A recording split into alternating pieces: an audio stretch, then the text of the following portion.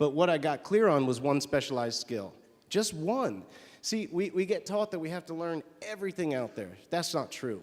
One specialized skill that you can go deep into and you can use to leverage off of and support what's most important in your life, or maybe grow into more passions that you have. What I figured out was I know how to take a house, fix it up, and either rent it or sell it. That's it. One specialized skill that I went deep into. I'm not good at general contracting. I'm not good at accounting. There's a lot of things I'm not good at, but I figured out how to do that one thing and do it really well. And I've been able to leverage that into other areas of my life to be able to have the time with my family, my friends. When my father got sick, I could take the time off of business to be there for him. And it came off of one specialized skill. And that's a real important thing that you have to get clear on. You guys are getting pressured right now by so many people that you got to figure it all out. If you're going to be an entrepreneur, you got to be an accountant, you got to be a lawyer. No, you don't. You got to find a mentor, someone that's been there, done that, and get really good at just one thing.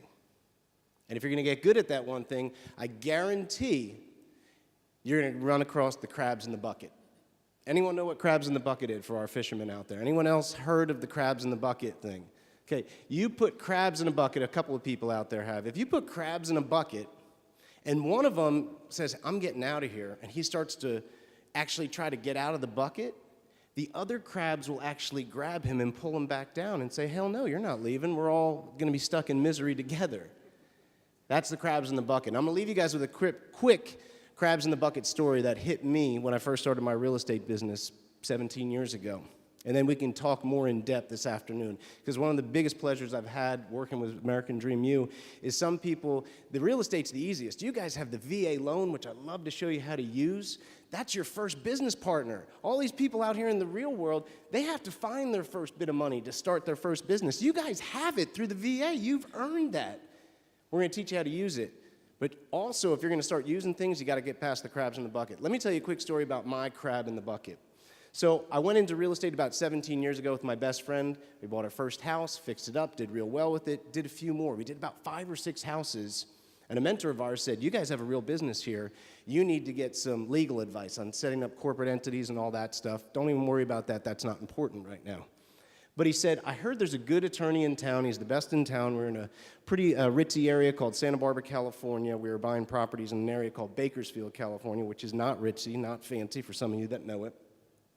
And so we got sent to this lawyer's office.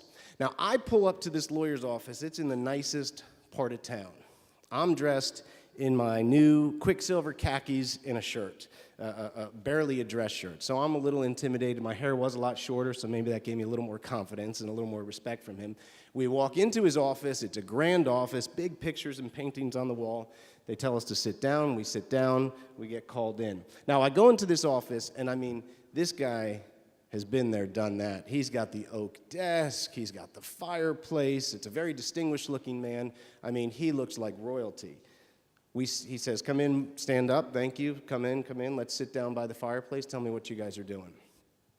So he sits down and says, how can I help you guys? And right away, me and my business partner start to excitedly tell them that we're going to go into a real estate investment company. We're going to create something called a real estate investment company, and we're going to do it in Bakersfield, California, and we have all these deals, and we need the right structuring. And while we're just starting to explain with enthusiasm what we're doing, this attorney puts his hand up in the air and starts to laugh and snicker and says, ho, ho, ho, hold it, boys, hold it. And from there, for the next 5 minutes, he puked on us of all the reasons why our business would not work. He had everything figured out.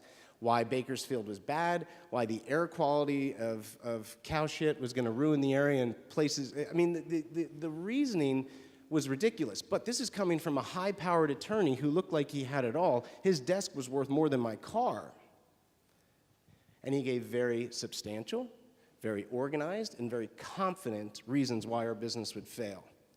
See, the thing he didn't know was we had already done 5 or 6 houses that had made us money. So we thanked him for our time and we left. And one of the biggest lessons I got out of that day is don't let the crabs in the bucket get you.